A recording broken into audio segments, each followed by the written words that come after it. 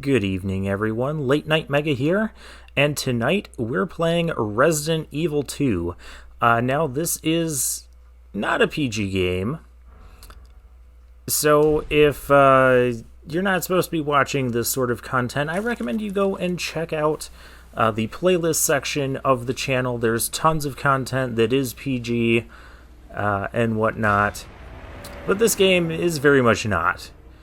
So for the rest of you, put on your PJs and prepare for some cliches.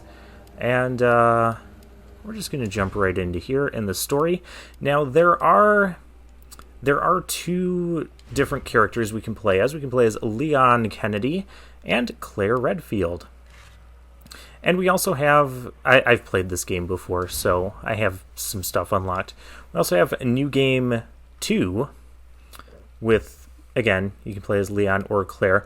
Generally, the way you're supposed to get the full experience of this game is to play one character on the first mode, and then the other character for the second mode. So like Leon for the first mode, Claire for the second, or Claire for the first, Leon for the second. You could do all four, but honestly, from what I've seen and experienced, the differences between, there's differences between Leon and Claire, and then there's differences between Game 1 and Game 2. But I don't believe there's enough differences between, say, Leon Game 1, Claire Game 2, and Claire Game 1, Leon Game 2, to really justify doing 4 playthroughs. But I am going to try and do 2. I say try because I haven't actually finished the full second playthrough, but I have done a first playthrough on multiple times. We're definitely playing on standard. We're not playing hardcore mode. I'm not hardcore when it comes to this sort of stuff. And I like doing these Resident Evil playthroughs. This isn't the first Resident Evil playthrough I've done on the channel. It's been a while though, but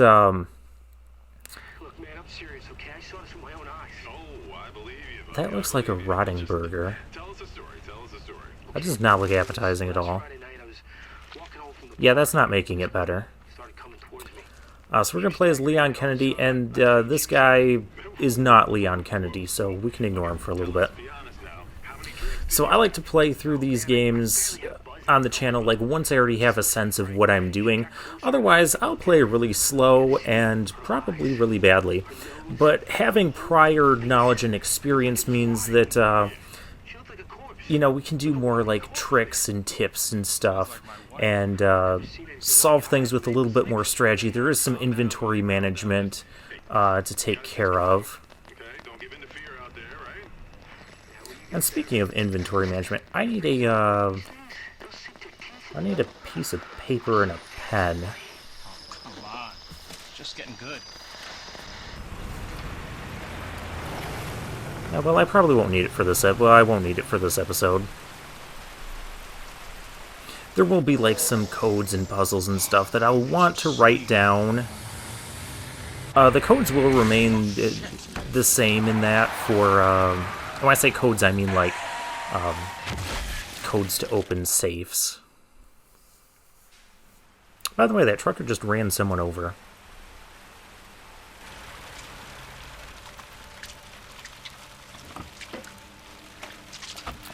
That's a lot of blood.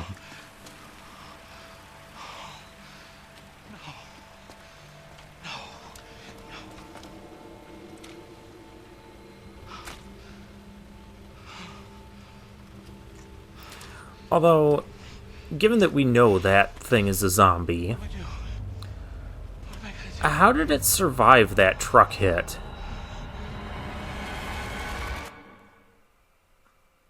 Yeah, the thing was a zombie, by the way. This is a remake from the original Resident Evil 2. Oh, and this is Leon Kennedy now. The story behind this is oh, look at those gas prices. It reminds me of those memes you see where, guys play video games to live out their fantasies, and then it shows a picture of gas prices being $1.06. And they're like, yep, that's totally true. Around.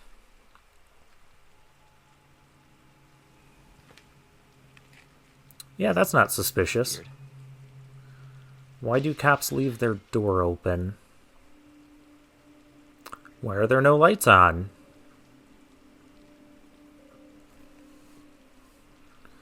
Why is there blood all over the ground?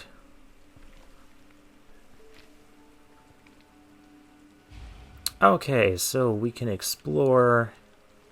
So I have a camera here that I can do that and make everybody dizzy. And we can walk, we can run by holding down the button. We can come out here. The game will force you to turn around and whatnot. You know, Leon is my favorite character in the Resident Evil franchise. I like his hair, too. I wish I could get that hairstyle. I mean, look at that. How do you get that? My hair is all, like, wavy and curly, and this is, like, cool and straight. Yeah, that's right. We have, you know, an abandoned police car, lights off in the gas station, and blood on the ground, and I'm talking about Leon's hair. Well, maybe it's because I don't want to deal with all this. Okay, if you see blood on the ground, Hello? you know, gun Anybody drawn. there?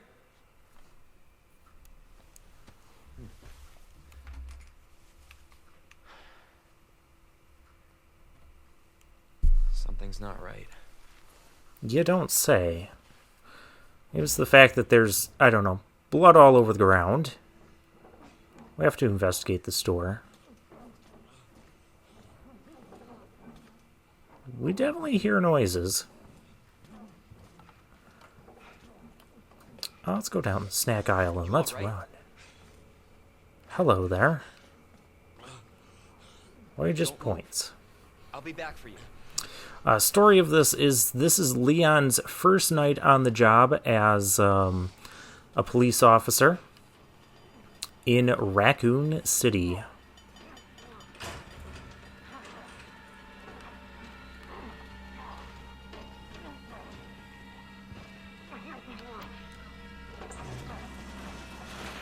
Stop moving. Officer, you need help? Stay back, sir. I got this.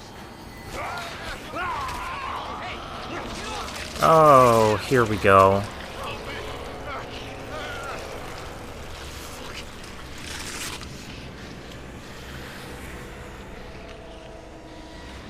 And there's our first zombie encounter. Son of a bitch. Oh, I missed. I am already doing terrible. Okay, well, I knocked him down. So what we got to do, we got to come over. Oh, we need a key. Okay, fine. Now, the aim thing, like you see when the cursor, like, closes in. But do you not, like, walk over this way, or what are you... Okay. If we don't hurry, that officer is going to get up as a zombie. Okay, we got the key. We can open our inventory. Here's our inventory. Yup. That's inventory. Oh, he's getting up again. And we use our key to open the door. Pretty basic concept. What the?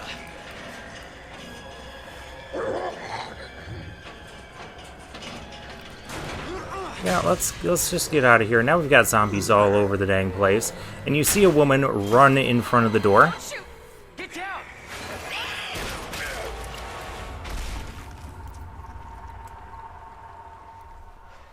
And yeah, that's Claire Redfield. Chris Redfield's brother. Yeah, I think so. Chris Redfield's sister, Maybe sorry. later, when we're safe. Holy shit.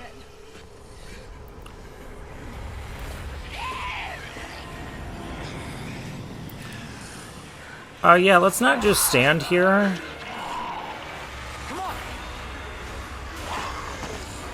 Get in! I And suddenly there's like tons of zombies. Like none of them were here, 3 minutes ago. Then again, neither was Claire. What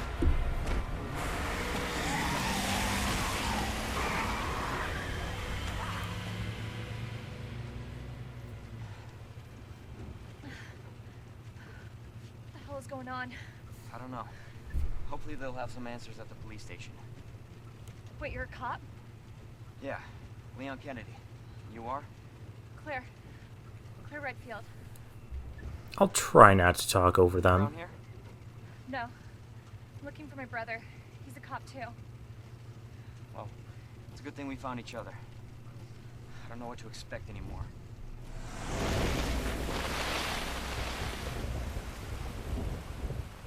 And even though we got bit by the zombie there, we're not going to, like, instantly die or anything, or turn into a zombie. Because otherwise this wouldn't be much of a game. Just plot reasons. We're the main character. We can't turn into a zombie. I suppose we could if we run out of health.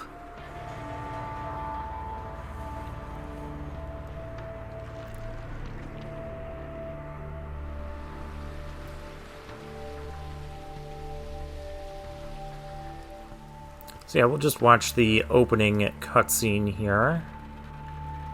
Now, back when this game was originally released, the original version of Resident Evil 2, like, every screen had, like, a fixed camera angle, and you had, like, fixed control movements and tank controls, and I've tried playing the original Resident Evil, and I can't get anywhere. I can never get used to the controls, because it almost feels like I have to adjust the controls, or my perception of the controls, on every single screen, because the camera angle is different for every screen.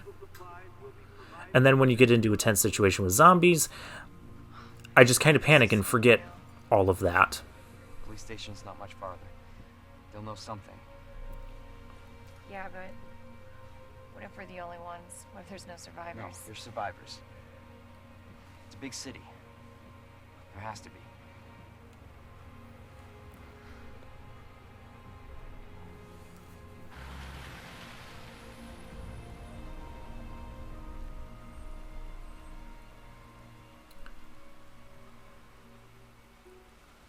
Looks like we're walking from here. Honestly, if they were smart, they would just drive out of the city. More like running. Yeah, good call.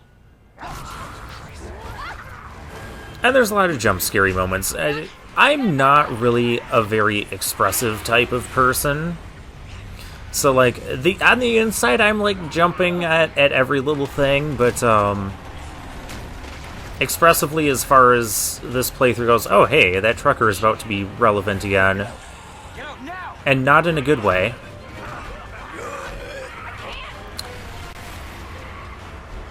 So that's another reason that I like to do these Resident Evil playthroughs, with some past experience with the game.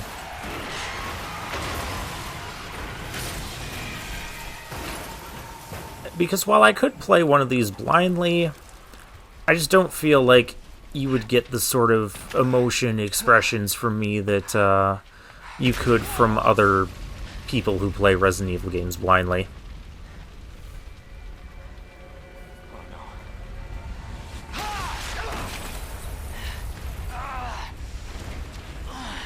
That seems really painful.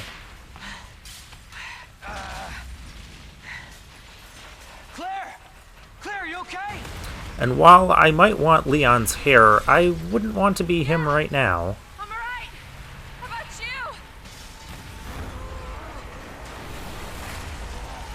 you? Lots of zombies. Safe. Go on ahead. Now in this section, we're gonna have to run. I'll be there. It's best to just kind of run away from zombies and whatnot. Just kind of ignore them. I'm going the wrong way.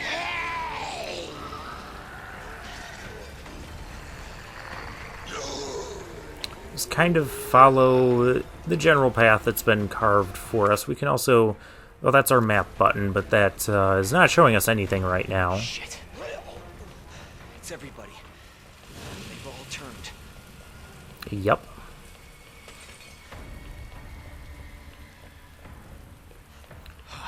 There it is. The station. No need to waste our 4 bullets here. We got zombies crawling out of buses. We got these guys. They're slow and they're not very smart. The zombies are fortunately not super intelligent. Now, when you're dealing with the zombies in the game, sometimes they have like bursts of speed in that, or like short bursts, and it really does kind of throw me off.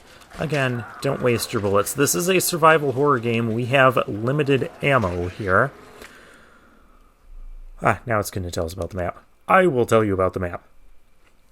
So, the blue section means there are no items to pick up on, well, it's not really a room, but in terms of the map, it's a room, so there's no items to pick up in that room. If we go here, we have items to pick up because it is red here at the main hall. Is anybody here? First aid spray. Oh, I can also... Yeah, I know how health works. See that little red checkbox? It's kind of hard to tell at first. I didn't know about this until, like, deeper into my first playthrough. We can actually discard key items that have the red check mark.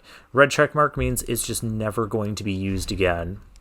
Well, typically, I wouldn't trust something like that, but...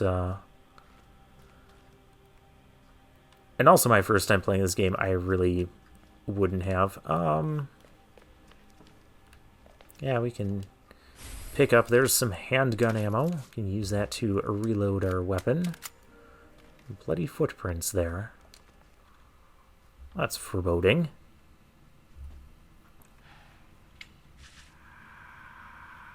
There has to be someone here. Yeah, we actually had a message to come to the police station for, you know, safety and security. Not good.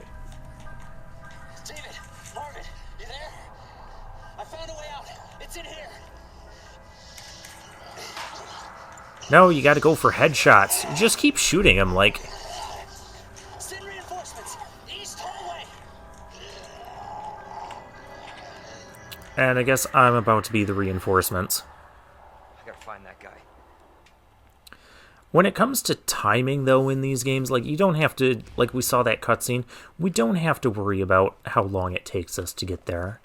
The game will progress the same regardless. So, with that in mind, let's go looking for items. So basically, things that are cursor, you see that little cursor thing that popped up there, that's stuff we can interact with. We do not have a way to actually interact with that right now. We have a door here that is locked with a spade marker.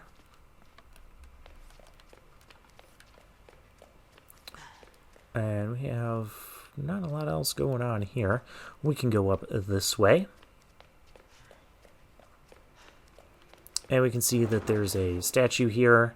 Looks like we need... This is one of the codes I was talking about. But I'm going to play this playthrough like pretending that I don't have or know any of the codes. And no, it's not just that I have forgotten them, although that's also kind of true. And if you wanted a slightly easier time, you could look up some of those codes on the internet. I mean, internet does exist. I just want to make sure. Okay, so that is marked as a spade door. It still says that there's items to get... Oh, that is probably that item. There might be another item somewhere on one of these benches.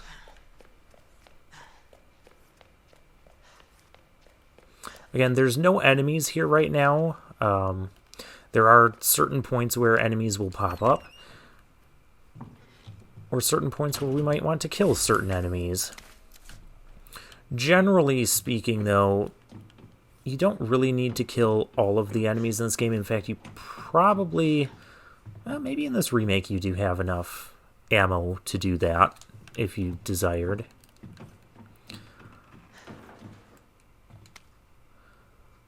Guide pamphlet. Enjoy your life. Travel.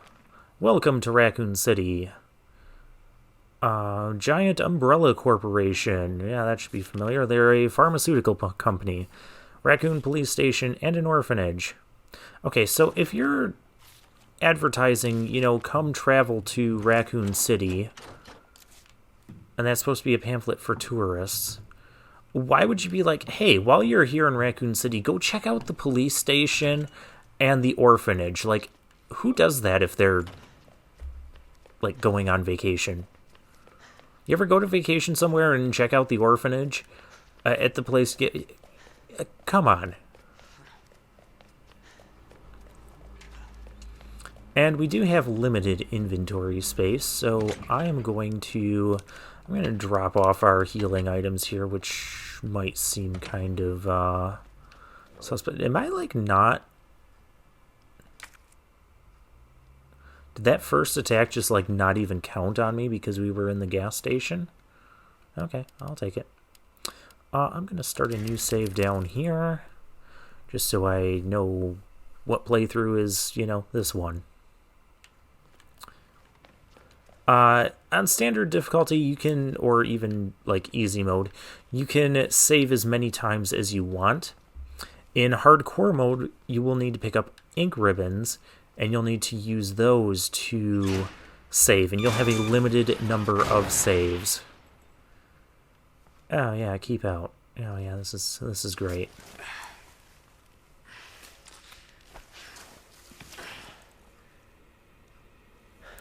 Yeah, if there's ever been a sign that says, you know, don't go that way, it's probably, you know, all the blood all over the floors and walls and whatnot.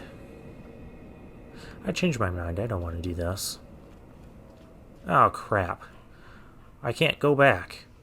But what I can do is end the video, and I'll see you guys next time.